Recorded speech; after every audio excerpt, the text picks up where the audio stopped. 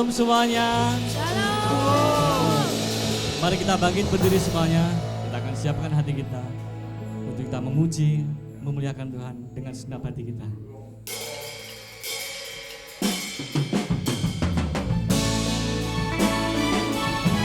Rajaku memerintah untuk selama-lamanya.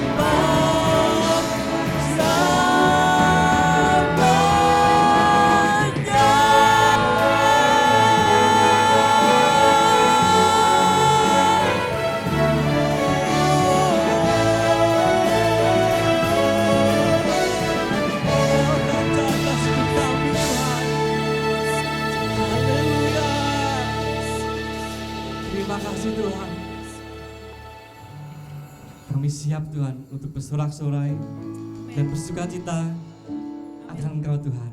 Amin. Terima kasih Tuhan, semuanya siap, mari katakan bersama. Amin. Katakan haleluya.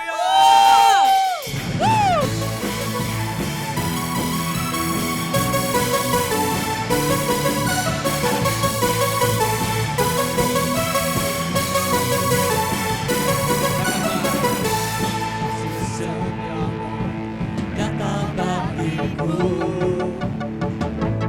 hebat kebajikan tersedia bagiku. Tak alasanku limpahkan segalanya,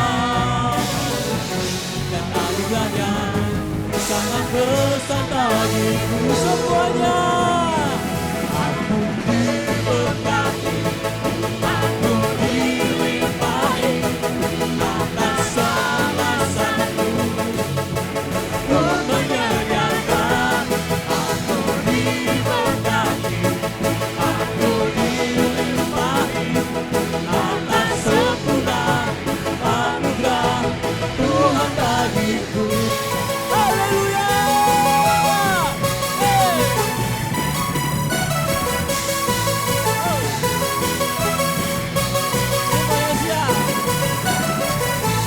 Kasih setiamu kata bagiku, bak kebajikan tersedia bagiku. Tak alasanku lupakan segalanya,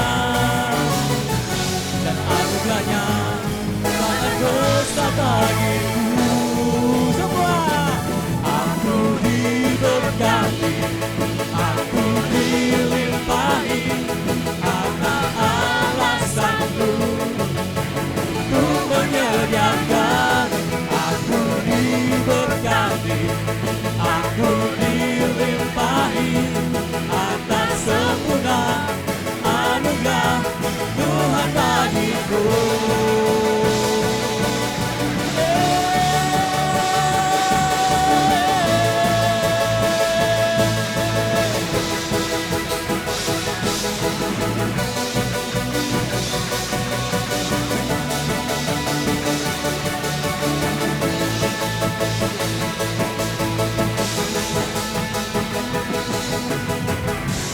Alasanku limpahkan segalanya, dan anugerahnya sangat besar. Sekali lagi, tak alasanku limpahkan segalanya, dan anugerahnya sangat besar bagiku. Aku diberkati, aku dilimpahi karena alasanku untuk menyediakan. Aku diberkati, aku dilimpahi atas alasanku untuk menyediakan. Aku diberkati, aku dilimpahi atas sempurna anugerah Tuhan. Aku diberkati, aku dilimpahi karena alasanku untuk menyediakan. Aku diberkati, aku dilimpahi atas sempurna anugerah Tuhan bagiku.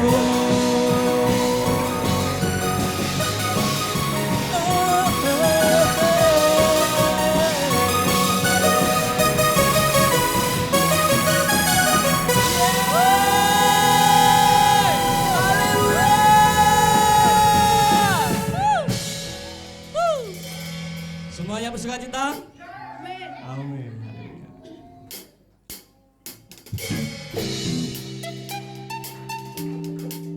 Kita semua percaya sukacita Tuhan ada dalam hidup kita. Ada amin semuanya.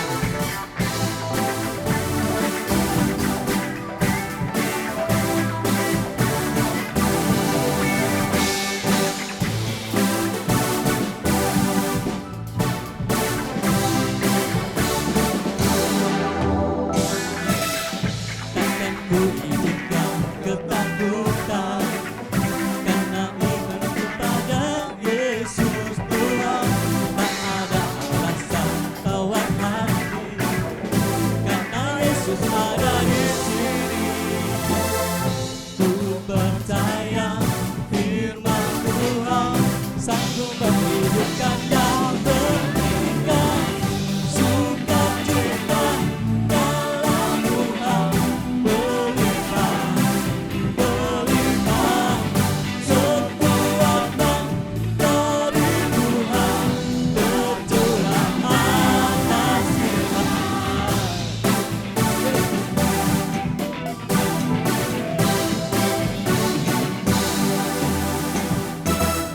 Takkan ku izinkan ketakutan, karena imanku pada Yesus Tuhan. Tak ada alasan tawar hati, karena Yesus ada di sini.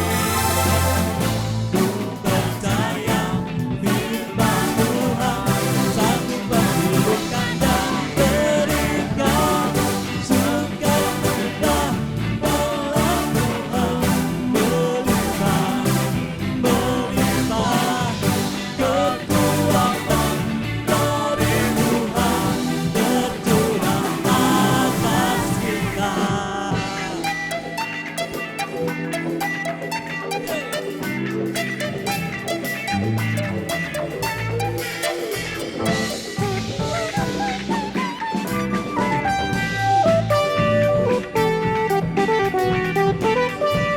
Sukacita surga ada di tempat ini.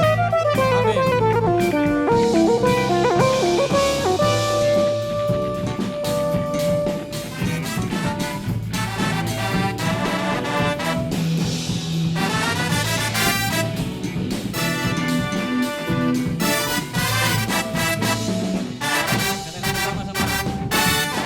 Sukacita dalam Tuhan melimpah, melimpah.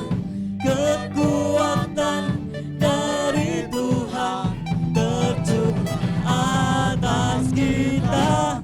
Sukacita dalam Tuhan melimpah, melimpah. Kekuatan dari Tuhan tercurah sukacita, sukacita dalam Tuhan melimpah, melimpah. Kekuatan dari Tuhan tercurah atas kita, tercurah atas kita.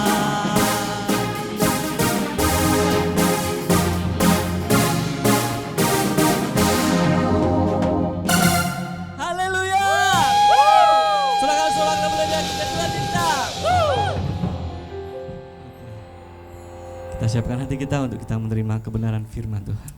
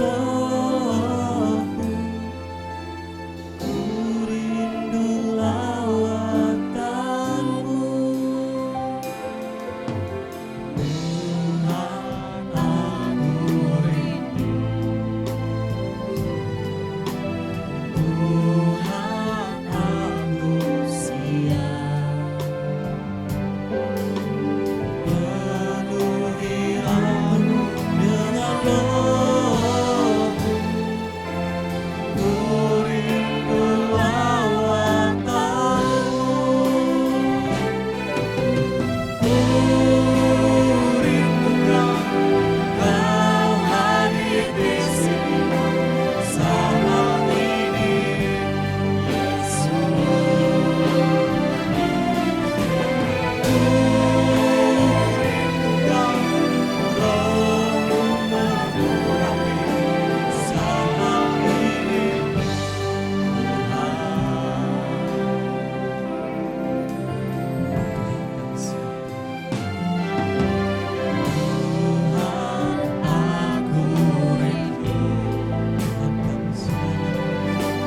Tuhan aku siap, penuhi aku dengan roh-Mu, ku rindu lawatan-Mu, ku rindukan Kau hadir di sini saat ini, Yesus. Ku rindukan Roh-Mu mengurapi saat ini, rindukan Kau hadir di sini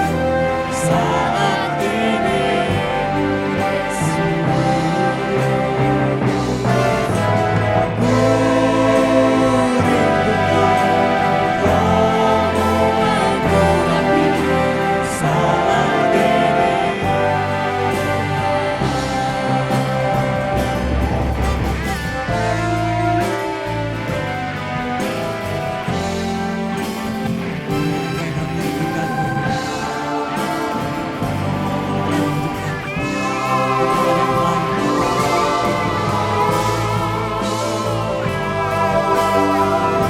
Yesus.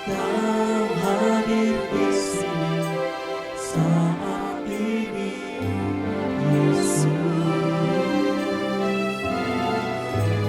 Ku rindukan Roh-Mu mengurapi saat ini, ku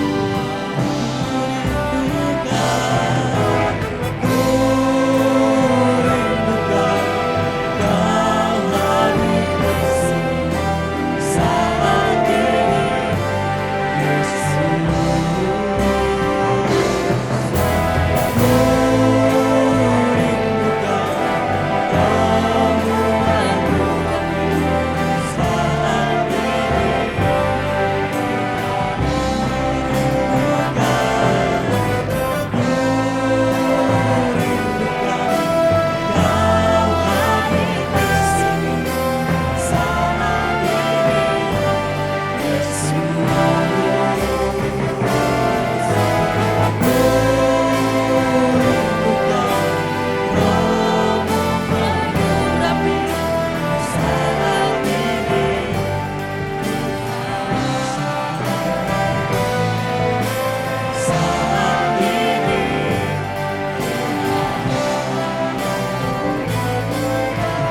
saat ini,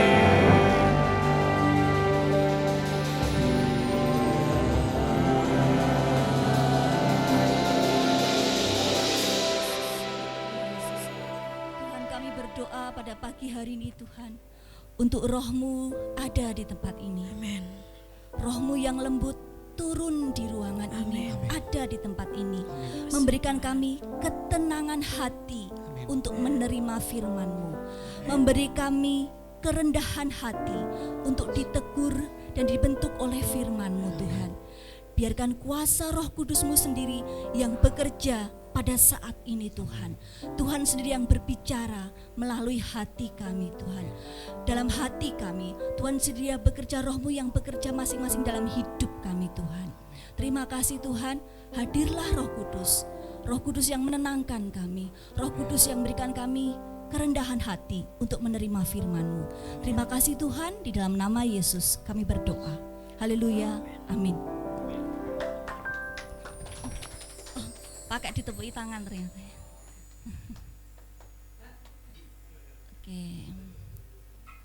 Oke, selamat pagi. Iya.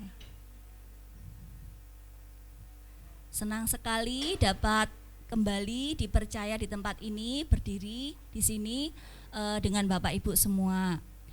Perkenalkan lagi ya, nama saya Nita ya. Nama saya Nita. Kalau di rumah dipanggil Bu Andi karena istrinya Pak Andi, ya. Sehari-hari saya seorang guru sekolah.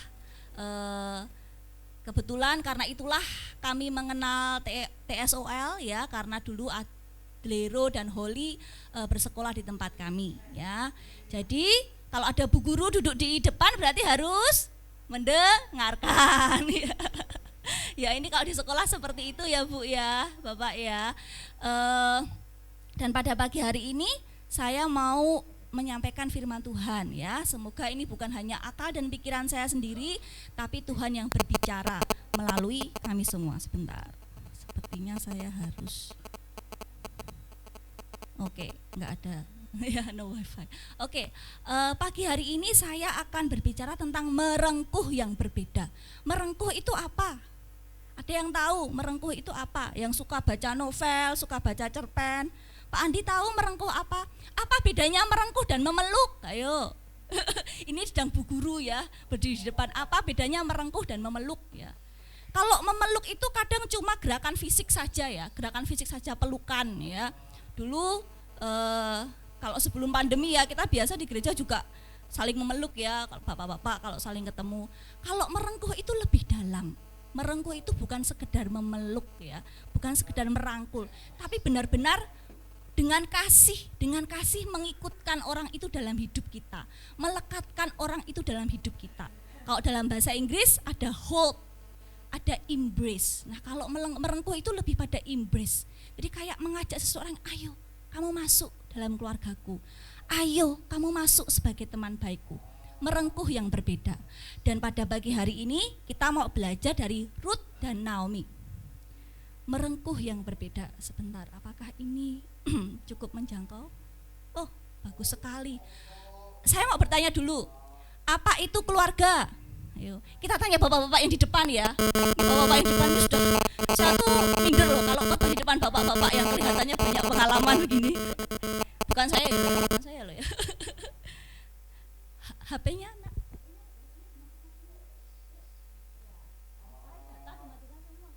Nah, mari Pak, apa itu keluarga Pak? Apa itu keluarga?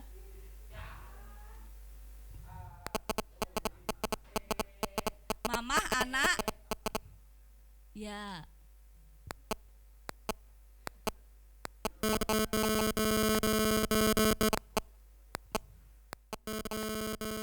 Keluarga itu ada papa, mama, anak-anak. Nah, kalau dalam sosiologi, bentar ya.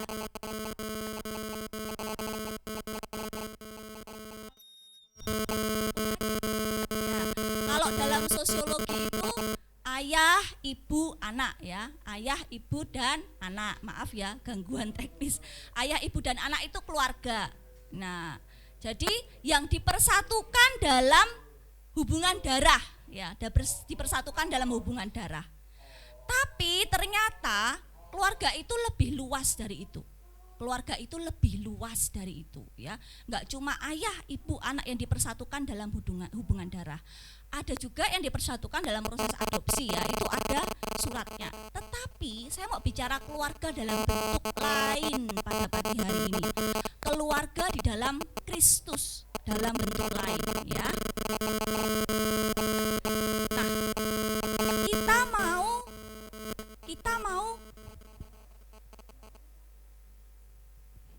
Nah, kita mau melihat dari kisah Ruth dan Naomi ya. Ruth dan Naomi ini mengajarkan pada kita arti dari keluarga yang sesungguhnya. Masih ada yang ingat kisah Ruth dan Naomi? Ya. Jadi zaman dulu Naomi ini berserta dengan keluarganya. Ya. Naomi beserta dengan keluarganya pindah ke tanah Moab ya. Setelah mereka pindah ke tanah Moab, anak-anaknya dua itu punya istri. Yang satu punya istri Ruth, yang satu punya istri Orpa. Ya. Kemudian ternyata semua pria dalam keluarga itu satu persatu meninggal. Mulai dari suaminya Naomi meninggal, kemudian suaminya Ruth dan suaminya Orpa. Jadi dalam rumah itu tinggal janda-janda, Naomi, Ruth, dan Orpa. Nah, waktu itu terjadi kekeringan di tanah Moab. Jadi Naomi pengen balik ke tanah Israel. Naomi pengen balik ke tanah Israel. Dan dia ngomong nih sama dua menantunya nih. Terserah kamu kalau mau balik ke kampung halamanmu, ke keluargamu sendiri-sendiri tidak apa-apa. Tapi kalau kamu mau ikut aku ya enggak apa-apa. Ya, tapi kalau ikut aku sudah tidak punya apa-apa lagi. Zaman dulu kalau seorang perempuan sudah kehilangan suaminya, dia kehilangan segalanya. Dia nggak punya tunjangan apa-apa, dia nggak dapat hak waris apa-apa. Seorang wanita pada masa perjanjian lama, ketika dia menjadi janda, dia sudah kehilangan seluruh hartanya, dia kehilangan segala-galanya. Dan Naomi menawarkan pada Rut dan Orpa, kamu mau ikut aku udah kehilangan apa-apa nih, gak punya harta lagi, ludes semua. Dan kita mau kembali ke tanah Israel yang kamu gak tahu, tanah Israel itu macam apa kamu gak tahu, terserah kamu mau bagaimana. Orpa memutuskan kembali ke keluarganya, tapi Rut memutuskan tetap bersama-sama dengan Naomi. Jadi antara Rut dan Naomi itu adalah hubungan mertua dan menantu, hubungan antara menantu perempuan dan ibu mertua yang dalam sinetron-sinetron itu diceritakan selalu buruk. Bahkan di sekitar kita kalau yang namanya wah mertua gitu dan menantu perempuan biasanya dikisahkan dengan buruk. Nah, kisah ini jadi beberapa waktu yang lalu saya mengulas tentang kisah ini di sebuah majalah Kristen wanita ya, namanya, ini saya promosi sekalian ya, tapi ini majalahnya enggak bayar kok. Majalah Pearl. Majalah Pearl ini isinya penulis-penulis wanita, desainer grafis wanita dari berbagai tempat ya. Orang Indonesia dari berbagai tempat, ada yang sedang di luar negeri juga. Mereka bersama-sama bersatu menulis sebuah majalah digital. Majalah yang nanti bisa ibu-ibu, mbak-mbak, kakak-kakak temui di internet ya. Dan itu enggak bayar. Ini penulis-penulis wanitanya juga enggak bayar. Padahal kalau di Instagram itu yang namanya content creator itu bayarannya dibayar sekali tulisan, sekali posting itu berapa ratus ribu. Tapi di sini semuanya bekerja melayani tanpa bayaran. Instagramnya, blognya, internetnya juga tidak memasang iklan. Non profit, sama pelayanan yang betul-betul non profit. Dan ini isinya sangat profesional sekali ya. Para wanita-wanita yang menyumbangkan tulisannya, menyumbangkan desain grafisnya itu sangat-sangat profesional sekali. Jadi ini adalah sekumpulan wanita yang melayani Tuhan tanpa memungut bayaran ya, tanpa mencari iklan sedikit pun di media sosial. Nah, saya menulis tentang menantu perempuan dan ibu mertua ya. Dalam cerita Rut dan Naomi, saya menggambarkan tentang itu hubungan ideal antara menantu perempuan dan ibu mertua. Karena seringkali menantu perempuan dan ibu mertua itu gimana? Iya, gontok-gontokan ya. Dulu saya sebelum nikah itu sudah dikasih tahu ya. Saya kan sebelum nikah itu kan biasanya ada katekisasi pranikah ya. Udah dikasih tahu gembala kami. Habis ini kamu serumah sama ibu mertua enggak? Enggak, Pak Pendeta ya, bagus. Nanti kalau serumah hati-hati, nanti ada sesuatu ya. Walaupun ibu mertuanya suka berdoa, menantu perempuannya juga lulusan sekolah teologi, tapi tetap nanti ada bagaimana. Nah, di sini saya menulis indahnya hubungan antara Rut dan Naomi, menantu perempuan dan ibu mertua yang sangat-sangat ideal. Akan tetapi sebenarnya kisah Rut itu tidak sempit hanya menyoroti tentang menantu perempuan dan ibu mertua. Kisah Rut itu punya makna luas ya, makna luas tentang merengkuh orang yang berbeda dengan kita sebagai bagian dari keluarga kita ya. Kita lihat sama-sama. Jadi mengapa kisah Rut dan Naomi diangkat dalam Alkitab? Bukan saja karena Rut itu ada dalam silsilah Yesus. Jadi kalau Bapak Ibu membaca silsilah Yesus di kitab Matius, di beberapa kitab Perjanjian Baru itu di awal itu ada ini memperanakkan ini sampai ketemu Maria memperanakkan Yesus ya, seperti itu. Dan Rut adalah salah satu wanita dalam silsilah itu. Rut dengan suaminya Boas adalah salah satu yang disebutkan dalam silsilah Yesus. Bukankah hanya karena dia leluhur Yesus sehingga kisah Rut diangkat dalam Alkitab, tapi karena ini Karena hubungan Rut dan Naomi menggambarkan hubungan antara bangsa Israel dengan bangsa asing. Jadi zaman dulu bangsa Israel itu bangsa yang eksklusif sekali, bangsa yang aku enggak mau bersentuhan dengan bangsa asing. Apa itu bangsa asing, najis ya. Kita pokoknya bangsa asing itu bukan umat Tuhan, najis ya, kita enggak boleh berinteraksi dengannya. Ada yang dulu suka gitu, diajari gitu mungkin sama nenek moyangnya, sama ini, kamu jangan deket-deket sama orang dari suku itu ya, suku itu tuh sukunya orangnya serakah-serakah misalnya gitu, kamu jangan deket-deket dengan suku itu ya, jangan sampai kamu punya jodoh suku itu, orangnya malas-malas nggak mau kerja. Nah, pernah ada yang dengar gitu di nenek-nenek ya, mungkin di keluarganya di suku yang zaman dulu ya, itu ada eksklusivitas seperti itu. Nah, bangsa Israel dulu juga eksklusif ya. Kita ini umat pilihan Tuhan, jangan sampai bersentuhan dengan bangsa asing. Tapi kisah Rut itu mau menunjukkan bahwa bangsa asing itu bisa menjadi bagian dari umat Tuhan. Ya. Bahwa bangsa asing itu menjadi bagian dari umat Tuhan. Bahwa kita harus merengkuh orang lain di sekitar kita yang berbeda dengan kita. Nah, ikrar kesetiaan Rut pada Naomi adalah bagian epik yang menggambarkan bagaimana seorang bangsa asing mendeklarasikan diri untuk ikut menjadi bagian dalam keluarga Tuhan. Ikrar yang mana toh, Bu Dita? Yang mana, Miss? Nah, kita mau baca sama-sama nanti ya, di sini ya. Nah, ini Rut 1 ayat 16. Di gambar ini Naomi, ini Rut, ini Orpa. Ini pada waktu Naomi menggambarkan Naomi ngasih pilihan sama dua menantu perempuannya. Aku enggak punya apa-apa, enggak punya harta. Aku mau balik ke negara asalku, negara Israel. Kamu enggak pernah tahu negara Israel itu kayak apa.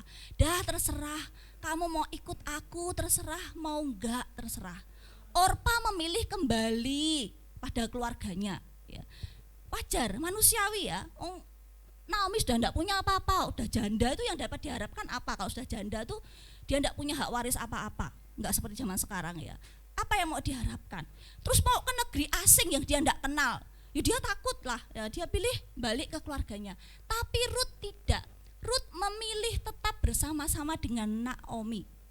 Dan pada saat Rut ngomong dia mau bersama-sama dengan Naomi, ini adalah kata-kata yang dikatakan epik, kata-kata luar biasa yang diomongkannya. Di sini dia berkata seperti ini. Sebentar, saya buka di sini saja.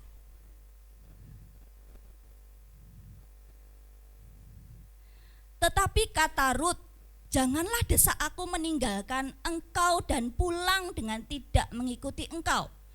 Sebab kemana engkau pergi, ke situ jugalah aku pergi. Dan di mana engkau bermalam, di situ jugalah aku bermalam. Bangsamulah bangsaku, dan Allahmulah Allahku. Ini adalah kalimat deklarasi yang luar biasa yang disampaikan seorang perempuan bernama Rut. Kesetiaannya pada ibu menantunya yang sudah kehilangan apa-apa, yang tidak bisa menjanjikan deposito, yang tidak bisa menjanjikan hak waris, dan mengajaknya pergi ke tanah asing yang tidak pernah ditemuinya, yang tidak pernah diketahuinya. Dan dia mendeklarasikan kata-kata kesetiaannya seperti ini. Luar biasa sekali. Dan pada pagi hari ini kita akan satu persatu merenungkan perkataan Rut ini. Kita mulai dari ini, Bapak Ibu. Rut berkata, sebab kemana engkau pergi, ke situ jugalah aku pergi. Nah, sekarang saya gantian bertanya ini ya. Apa yang membuat kita memutuskan percaya dan setia pada seseorang? Misalnya diajak Pak Andi, yuk ke Madiun. Kok mau Pak? Kok mau sama Pak Andi misalnya diajak ke Madiun gitu Pak? Kenapa Pak percaya sama Pak Andi? Orangnya lucu. Orangnya lucu. Kak, kenapa kalau misalnya diajak Pak Andi sama saya misalnya ke Madiun yuk. Madiun tuh apa? Nggak tahu tempatnya, cuacanya gimana. Kok mau misalnya kenapa? Karena sudah lama kenal. Nah, kalau Pak D tak ajak ke Madiun Pak D misalnya, kenapa mau Pak D? Sama Pak Andi loh, badannya kecil gitu. Nanti kalau di jalan capek nyetir gimana coba? Kenapa Kenapa percaya sama Pak Andi, Pak? Nggak takut diculik nanti di jalan. Kenapa percaya sama Pak Andi? Sudah kenal dan percaya. Nah, begitu pula dengan Ruth ya. Apa yang membuat Ruth memutuskan mau mengikuti Naomi ke tanah yang tidak diketahuinya walaupun tidak punya harta? Ialah Naomi telah menunjukkan penerimaan dan kasih. Jadi sehari-hari pasti Naomi itu telah menunjukkan kasihnya kepada Ruth ya. Naomi telah menunjukkan penerimaan dan kasih yang begitu besar dan menyentuh hati Ruth, sehingga membuat Ruth percaya dan memutuskan untuk tetap mengikuti Naomi walaupun ke negeri asing yang tidak dikenalnya. Kalau misalnya Naomi itu mertua yang jahat, seperti yang di sinetron-sinetron itu, seperti yang di film-film itu, tentu Ruth tidak mau ya. Mertua jahat, julid, ngurutnya pedes ya, suka ngeritik ya, tentu Ruth nggak ngomong daripada aku kurus kering di sana ya, makan omongannya mertua, dah aku nggak mau aja. Nah, tapi di sini pasti Naomi itu adalah seorang sosok yang menunjukkan kasih kelembutan yang luar biasa sehingga Ruth mau mengikutinya. Ya. Kemudian ini, jadi Bapak Ibu Saudara, kasih dan penerimaan yang besar diperlukan untuk dapat menyatukan suatu keluarga mengatasi segala perbedaan. Kasihlah yang menjadi dasar tumbuhnya kepercayaan satu sama lain yang meluruhkan rasa insecure. Insecure itu hanya tidak percaya diri, tidak percayaan sama orang. Jadi sekali lagi saya katakan, pasti Naomi ini sehari-hari sudah menunjukkan kasihnya yang luar biasa. Sehingga Ruth, seorang wanita asing yang tidak mengenal Tuhan, percaya sama dia. Walaupun tidak punya harta. Zaman sekarang kadang orang, dia jahat tapi punya uang banyak, biarlah aku ikut sama dia, paling gak dapat uangnya. Zaman sekarang kan gitu ya, ibu-ibu ya, bapak-bapak ya. Tapi ini enggak, dalam keadaan Naomi miskin, enggak punya apa-apa, Ruth itu tetap mau mengikutinya. Pasti ada kasih luar biasa yang ditunjukkan oleh Naomi. Maka kalau kita ingin seseorang setia pada kita, percaya pada kita, dasar yang utama kita harus menunjukkan kasih kita kepadanya. Ya, tentu Bapak Ibu mau diajak Pak Andi ke sini karena lihat Pak Andi sehari-hari, dia nggak pernah mukuli ya, dia nggak pernah, kayaknya nggak bisa nih nyulik orang badannya kecil, bukan gitu ya. Jadi percayalah ya, kayaknya Pak Andi dari wajahnya kelihatannya murah hati, mau jajan-jajanin ya, jadi saya nggak akan kelaparan nanti ya. Nah, nggak tegaan misalnya seperti itu. Jadi karena setiap hari merasakan kasih itu, dia setia dan percaya mengikuti Naomi. Selanjutnya, Bapak Ibu. Nah, dikatakan dalam ikrar tadi, Ruth ngomong gini nih, dan di mana engkau bermalam, di situ juga aku bermalam. Kenapa sih kok Ruth menyebut kata bermalam? Saya mau menyoroti kata bermalam di sini. Bapak Ibu, zaman dulu kalau pergi ke suatu tempat, itu bisa makan waktu berhari-hari. Nggak ada kereta cepat, nggak ada pesawat. Dari Moab ke Israel itu bisa makan waktu berhari-hari. Dan mereka ini menginap di padang gurun, di tempat-tempat asing. Dan malam hari pada masa itu adalah waktu yang sangat berbahaya bagi wanita. Karena banyak binatang buas ya, banyak bintang buas. Kemudian banyak orang jahat, banyak penjahat juga. Saya tuh nggak bisa bayangkan, saya tuh orangnya nggak suka ikut kemah ya, zaman dulu ya ada kemah gitu, saya nggak suka ikut ya. Saya nggak bisa bayangkan kalau saya harus di luar rumah sama wanita gitu ya. Sedangkan di rumah kalau ada kecoak saja kita manggilnya Pak Andi ya, ada kecoak panggil Pak Andi. Kadang Pak Andinya masih latihan musik di TO, soalnya kita WA, saya sama anak-anak ngumpet di kamar, ada kecoak cepat pulang. Apa ada tikus seperti itu, ada kecoak saja kita nyarinya Pak Andi. Itu padahal wanita-wanita ya, sendirian di luar rumah. Dan Ruth berkata, di mana engkau bermalam, di situ aku bermalam. Dalam saat-saat yang paling membahayakan dalam hidup seorang wanita, Ruth ngomong bahwa dia akan tetap bersama dengan Naomi. Ya, di sini.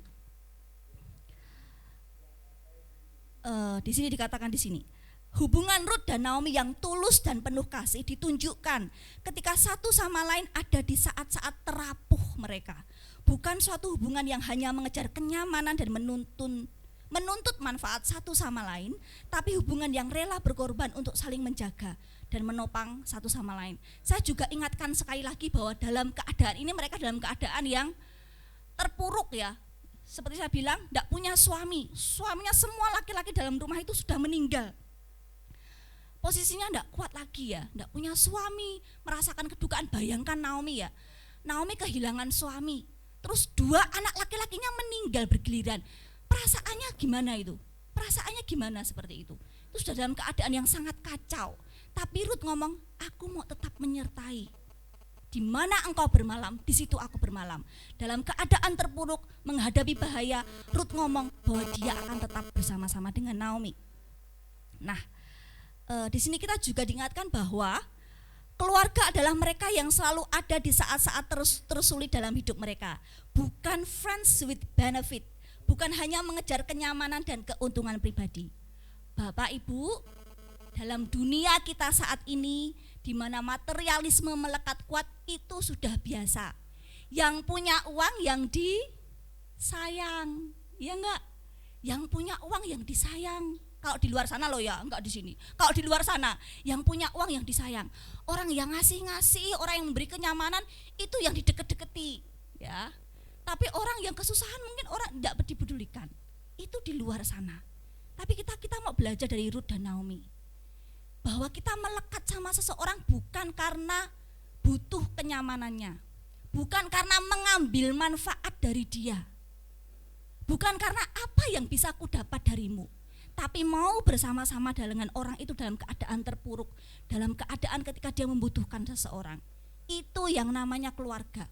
Itu yang membedakan antara keluarga dan teman biasa, friends with benefit, ya.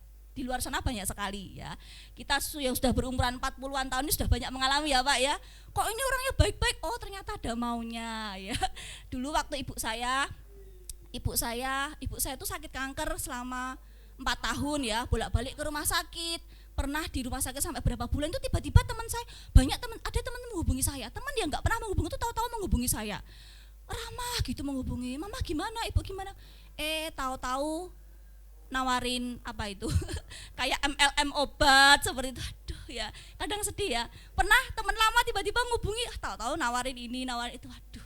Ya enggak apa-apa sih, ya enggak apa-apa. Mereka berusaha, mereka sedang mencari cara memenuhi kebutuhan keluarganya. Kita sadar itu semua ya. Tapi memang itu banyak terjadi. Orang mendekati kita karena ada maunya ya. Kita yang sudah berumuran 40 tahun ini sudah kebal seperti itu dan kita sudah biasa. Tapi mari kita mencoba bersikap berbeda. Keluarga bukan hanya mencari kenyamanan saja. Bersama-sama dengan orang itu saat tidak punya apa-apa. Bersama-sama dengan orang itu dalam keadaan saat dia membutuhkan pertolongan ya. Next. Kita lihat apa yang dikatakan Rut berkata, "Bangsamulah bangsaku." Rut itu bangsa asing, sekali lagi Rut itu orang bangsa asing, wanita bangsa asing. Tapi dia ngomong sama Naomi, "Sudah Bu, bangsa ibu itu bangsaku." Ya, kayak kita kalau ngomong sama teman kan gitu, sudah kita ini keluarga ya. Bangsamulah bangsaku. Tapi ada suatu makna mendalam di sini ya. Ada makna mendalam di sini. Nah, ini dibutuhkan kerendahan hati seseorang untuk merengkuh orang lain menjadi keluarganya. Seringkali kita harus bersedia melepaskan ego untuk beradaptasi dengan kebiasaan atau tradisi orang lain. Saat saya masuk di tempat ini, saya mendengarkan banyak aksen ya. Aksen, ini kayaknya bukan orang Jawa nih ya. Kalau saya kan sama Pak Andi medok gitu ya. Medok gitu ya. Kalau di sini saya mendengar banyak aksen, itu pasti dari orang berbagai daerah, betul kan? Ada orang berbagai daerah. Dan saya percaya kita semua membawa kebiasaan kita masing-masing ya. Saya mengalami waktu dulu saya bersekolah di STT ya. Di STT itu ada orang Batak, ada orang Nias, ada orang Makassar seperti itu. Dan saya orang Jawa dari Solo yang kalau ngomong pelan-pelan, jaga perasaan orang gitu ya. Ketemu teman orang Batak ya, kalau ngomong keras itu dia marah ya, diomongkan dia sedih ya, diomongkan bingung saya ya. Tapi ternyata saya malah jadi teman baik tuh, adik tingkat tuh orang Batak. Saya senang sama dia, saya cocok sama dia ya. Ternyata, dan saya belajar dari dia. Enggak apa-apa kok sekali-kali itu kita mengekspresikan perasaan ya. Kemudian ada teman saya, dulu bapak saya meninggal waktu saya tingkat 2 di STT. Teman saya itu ngantar saya. Jadi saya itu ditelepon, waktu itu di asrama saya ditelepon sama kakak. Bapak enggak ada, wah nangis ya. Terus saya diantar sama salah satu dosen, diantar rektor untuk dengan mobil ke rumah ya. Waktu itu ada teman saya juga orang Nias ikut. Dia kaget ya. Ini kok sepi sekali, orang meninggal tapi kok sepi sekali ya. Semuanya diem gitu, menunduk gitu. Karena ternyata kalau di Nias tuh kalau orang meninggal semua nangis ya, semua nangis. Semakin keras tangisan, oh itu semakin hebat ya. Itu berarti orang yang meninggal tuh orang yang hebat, banyak yang mencintainya ya. Tapi kalau di Solo enggak, semua diem gitu, enggak boleh nangis keras-keras, enggak boleh. Railo enggak pantas ya. Teman saya bingung ya orang Nias, loh kok diam semua ini? Gak ada yang nangis nih bagaimana? Nah, hal-hal seperti itu, perbedaan seperti itu yang kita harus rendah hati menerima dan beradaptasi. Setiap suku punya cara komunikasinya sendiri-sendiri. Ada yang kalau ngomong langsung der gitu ya, marah ya ngomong, dia sedih apa, kecewa ya apa, tapi ada yang diam, disimpan sendiri gitu. Kaget, kok dia ngomongnya gitu ya, nyelkit ya, baper ya. Padahal sebenarnya ya itu kebiasaan sukunya dia. Menjadi keluarga itu menerima tradisi, kebiasaan dan adat istiadat satu sama lain. Mau bertoleransi pada kebiasaan-kebiasaan itu ya. Ini di sini dikatakan di sini. Kesediaan untuk beradaptasi dalam budaya dan tradisi orang lain inilah yang seringkali dapat melunakkan hubungan dan menumbuhkan kasih satu sama lain. Saya sama Pak Andi juga sama-sama Jawa tapi beda ternyata. Jawanya di Solo itu diem gitu. Kalau dia kan wah itu satu keluarga tuh kalau ketemu tuh udah kayak rame gitu ya.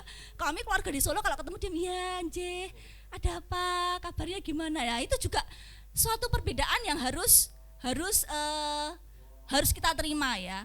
Nah, waktu kita belajar menerima seperti itu, kita dapat melekat, dapat merengkuh satu sama lain. Tapi kalau kita baperan, aku enggak mau, dia tuh orangnya kalau ngomong tuh kenceng-kenceng, aku enggak suka. Nah, itu bisa jadi kita tidak mampu untuk menerima satu sama lain, enggak bisa jadi satu keluarga di dalam Tuhan. Oke. Next. Ini bagian terakhir yang dikatakan oleh Rut dan salah satu bagian penting. Di sini Rut berkata, dan Allahmulah Allahku. Dan Allahmulah Allahku. Sampai pada akhirnya Rut itu ngomong, Allahmulah Allahku. Ingat, Rut itu bangsa asing, bukan bangsa yang mengenal Tuhan, menyembah dewa-dewa berhala seperti itu ya. Tapi pada akhirnya Rut ngomong, bukan hanya bangsamu bangsaku, Allahmulah Allahku. Rut menunjukkan ikrar kesetiaannya pada Tuhan, bahwa dia percaya kepada Tuhan. Rut dalam titik keterpurukan hidupnya menyatakan pengabdiannya bukan hanya pada Naomi, tapi juga pada Allah Naomi. Relasi yang kuat antara Rut dan Naomi telah membawa Rut, seorang perempuan bangsa asing, mengenal Allah dan akhirnya menyatakan kesetiaannya untuk mengikut Tuhan. Pada akhirnya kasih yang ditunjukkan Naomi sebagai mertua, ibu mertua yang baik, penerimaannya pada Rut mesti berbeda tradisi ya, mungkin cara mencuci bajunya berbeda Rut ya, cara berbicaranya berbeda, tapi Naomi mau menunjukkan kasih dan penerimaannya. Juga selalu ada bersama-sama dalam keadaan duka, dalam keadaan terpuruk, dalam keadaan susah. Pada akhirnya membuat Rut bukan hanya mempercayai Naomi, tetapi Tuhannya Naomi ya. Di sini dikatakan kesetiaan Rut mengikuti Naomi bukan hanya semata-mata didasarkan karena kasihnya pada Naomi, tapi karena kasih dan setianya untuk mengikut Tuhan. Hal ini bisa dipengaruhi oleh teladan hidup positif yang ditunjukkan oleh Naomi dan sangat berdampak dalam hidup Rut. Pasti juga Naomi telah menunjukkan teladan hidup yang baik sehingga Rut mau percaya pada Tuhannya Naomi. Kalau Naomi orangnya julid ya, nggak punya kasih ya, jahat, tentu saja Rut ngomong, itu orang sebenarnya nyembah apa sih sejahat itu ya, Tuhan yang disembah Tuhan kayak apa sih sampai orangnya sejahat itu. Tapi karena Naomi menunjukkan kasih, penerimaan yang luar biasa, selalu ada bersama-sama dalam keadaan duka dan suka, maka Rut mau mempercayai Tuhan Naomi. Sini dikatakan seperti ini. Nah, maka kita review sebentar dari apa yang kita bicarakan tadi. Maka untuk merengkuh yang berbeda, apa yang dibutuhkan untuk merengkuh yang berbeda? Yang pertama adalah kasih ya. Kasih adalah dasar untuk menumbuhkan kepercayaan. Kehadiran, hadir itu bukan hanya datang di depannya. Hadir itu artinya mau bersama-sama di saat-saat yang buruk, di saat-saat kemalangan, di saat-saat seseorang tidak punya apa-apa kemudian menunjukkan menunjukkan teladan hidup seturut dengan Tuhan, seturut dengan Kristus. Kemudian beradaptasi, menerima perbedaan budaya. Keempat hal inilah hal yang penting yang harus kita ingat kalau kita mau merengkuh seseorang menjadi bagian dalam keluarga kita. Keluarga bukan hanya seseorang yang dipersatukan dalam hubungan biologis atau yang ada dalam kakak.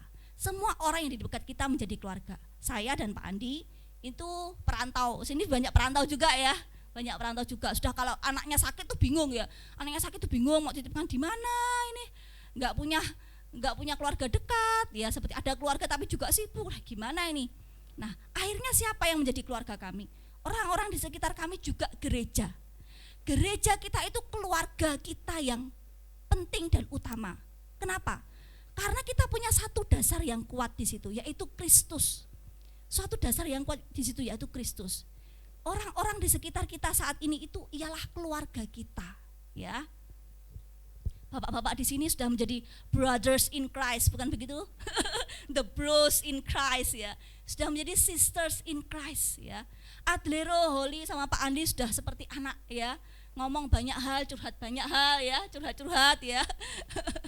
Gibah-gibah enggak, curhat-curhat, ngomongin temen enggak apa-apa. Keluarga seperti itu.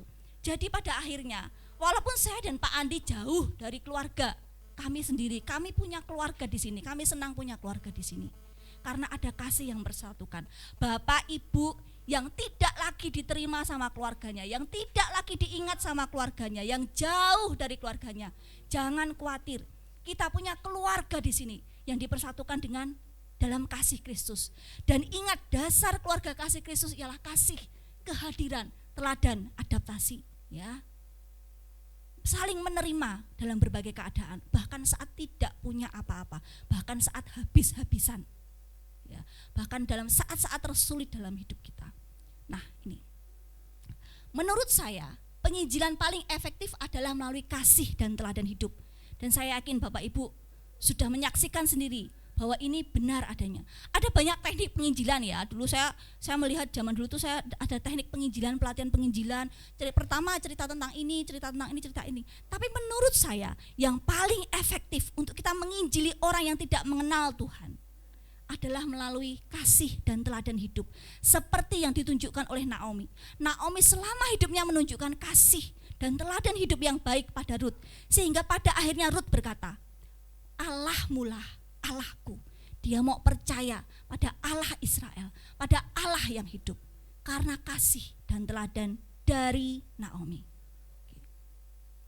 Nah, Bapak Ibu Saudara, saya mau mengajak bersama-sama sebagai penutup firman Tuhan pada pagi hari ini untuk kita bersama-sama menyanyikan lagu ini. Saya mohon bantuan singer, musician, song leader untuk bersama-sama kita minta pada Tuhan. Kita minta pada Tuhan untuk mengubah hati kita.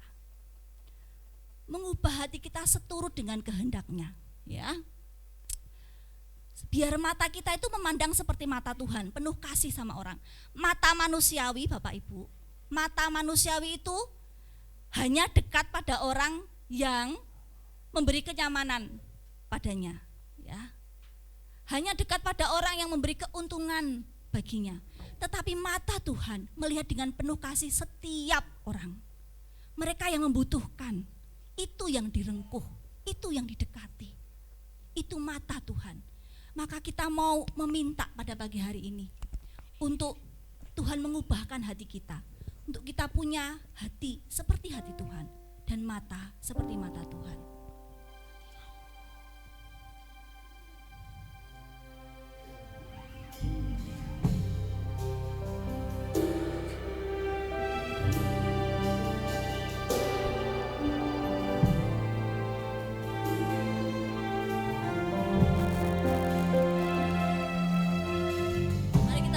Bersama-sama menaikkan pujian ini.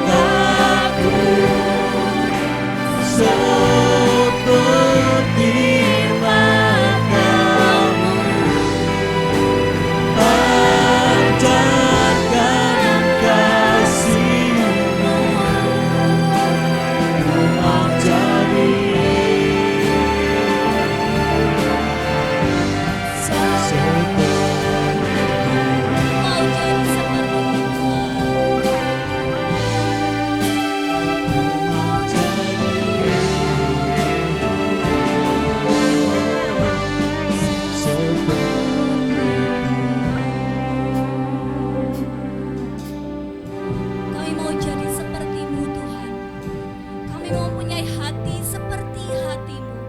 Kami mau mempunyai mata seperti mata-Mu Tuhan, yang melihat dengan penuh kasih orang-orang di sekitar kami, melihat mereka yang membutuhkan tangan kasih kami Tuhan, melihat mereka yang membutuhkan pertolongan kami Tuhan. Beri kami hati seperti hati-Mu dan mata seperti mata-Mu Tuhan. Ajar kami untuk merengkuh orang-orang di sekitar kami dengan kasih Tuhan, memahami perbedaan yang ada, menerima perbedaan yang ada. Ajar kami untuk memberi teladan yang baik dalam kehidupan kami, sehingga orang dapat melihat kasih Tuhan melalui kehidupan kami Tuhan. Tuhan, kami berdoa untuk mereka yang merasa tidak lagi diingat oleh keluarganya. Kami berdoa untuk semua yang hadir di tempat ini yang sedang berkonflik dengan keluarga masing-masing Tuhan. Merasa ditinggalkan dalam kesendirian, merasa diabaikan, merasa dikucilkan, merasa tidak dianggap lagi oleh keluarganya. Kami mau mengucap syukur karena kami punya keluarga dalam Kristus di tempat ini Tuhan. Kami mau percaya semua orang yang disediakan Tuhan di tempat ini adalah keluarga kami Tuhan. Dan ikat kami dalam kasih Tuhan, ikat kami dalam kasih persaudaraan, kasih yang mau menerima satu sama lain Tuhan, kasih yang mau menerima kekurangan dan kelebihan perbedaan yang ada satu sama lain. Dan biarkan kami tetap percaya Tuhan, bahwa kasih-Mu yang mengikat kami sebagai keluarga adalah kasih yang abadi, yang tak lekang oleh waktu Tuhan.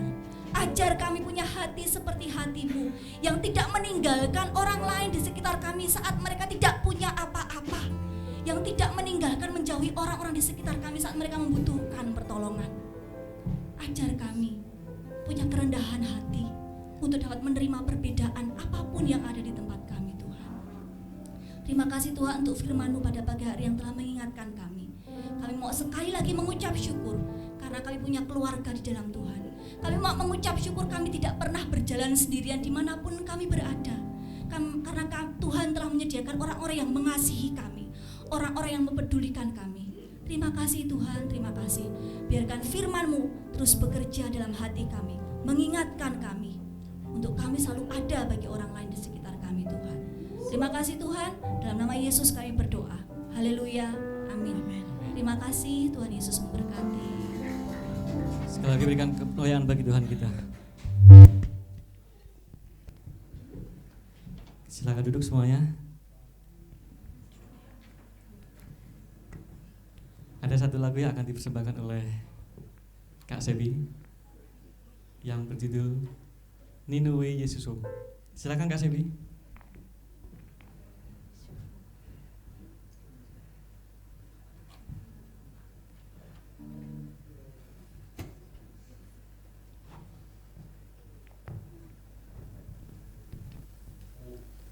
Shalom. Baik, pertama-tama saya mengucap syukur kepada Tuhan karena Tuhan itu baik dalam kehidupan saya sampai saat ini saya ada. Kesaksian saya sedikit karena hidup saya itu jauh dari Tuhan. Dan waktu saya belum masuk sekolah teologi, saya hidupnya hancur-hancuran, minum mabuk. Tapi Tuhan itu luar biasa, dan Tuhan memanggil saya masuk sekolah STTBMW Papua, dan saya mau lanjutin lagi ke STTBMW Wonogiri di Jawa. Jadi saya bersyukur kepada Tuhan karena kemurahan Tuhan, kasih Tuhan setia dalam kehidupan saya, dan saya ada di tempat ini praktek menjaga anak-anak yang di sini. Baik, jadi pujian ini bahasa daerah saya. Pujian ini tentang bahwa Tuhan Yesus mati karena dosa saya, dan darah yang cuci itu mencucikan dosa saya. Itu yang saya nyanyikan.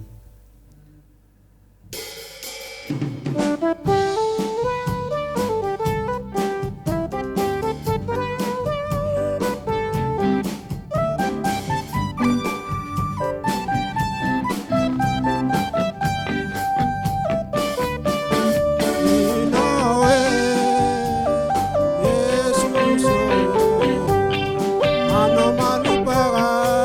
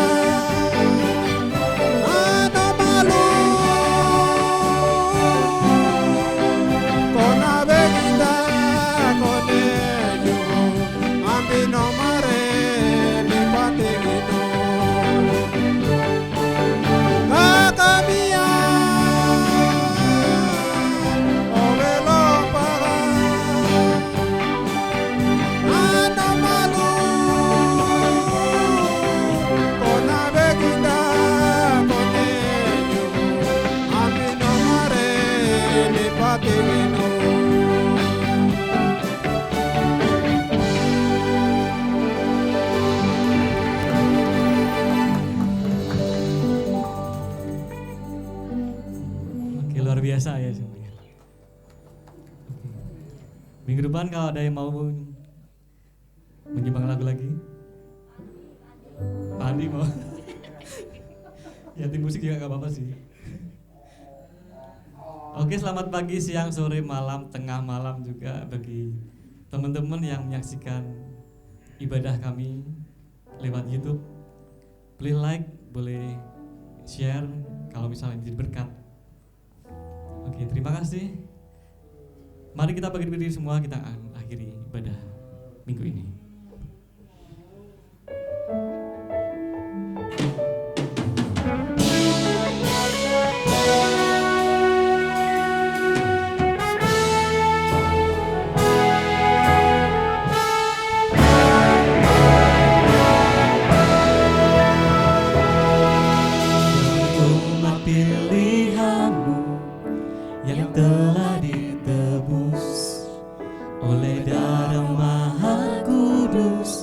Tercurah dari Kristus, anugerah-Mu sanggupkan untukku datang Bapa, menyembah-Mu dengan sepenuh rindu.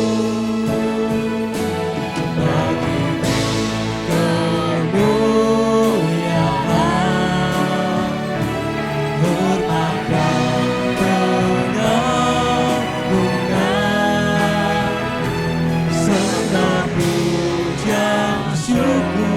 kuasa kejayaan bagi nama-Mu Tuhan.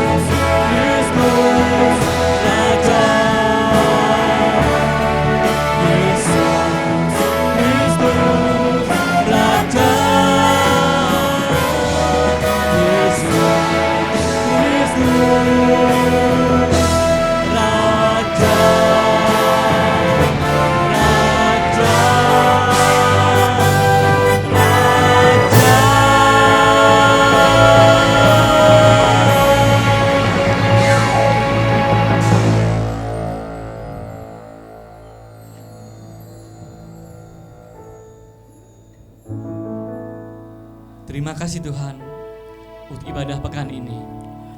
Kiranya hati yang terus menyembah dan mengasihi Tuhan di atas segalanya, Amin. Engkau dapat di dalam hidup kami. Tuhan memberkati Engkau dan melindungi Engkau. Tuhan menyinari Engkau dengan wajah-Nya dan memberi Engkau kasih karunia. Tuhan menghadapkan wajah-Nya kepadamu dan memberi Engkau damai sejahtera. Kerajaan Tuhan datang, kehendak Tuhan jadi dalam kehidupan kami. Amin. Di dalam nama Tuhan Yesus Kristus. Haleluya. Amin. Amin. Selamat hari Minggu, selamat. Terima kasih, Tuhan memberkati.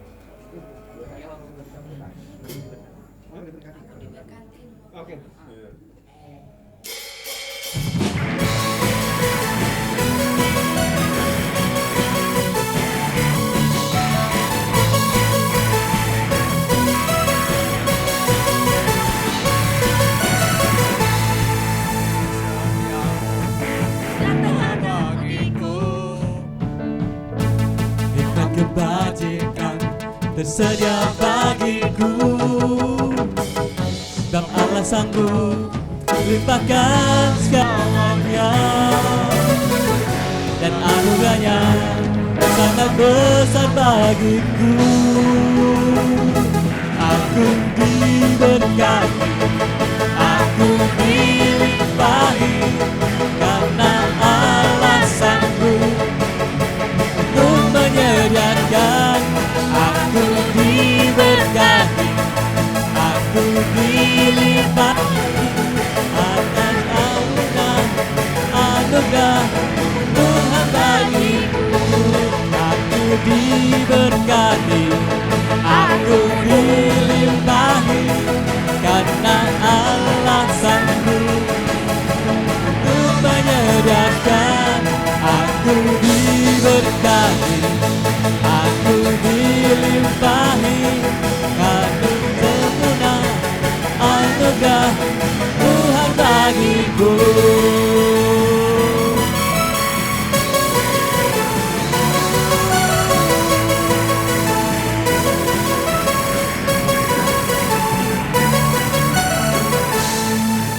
Haleluya.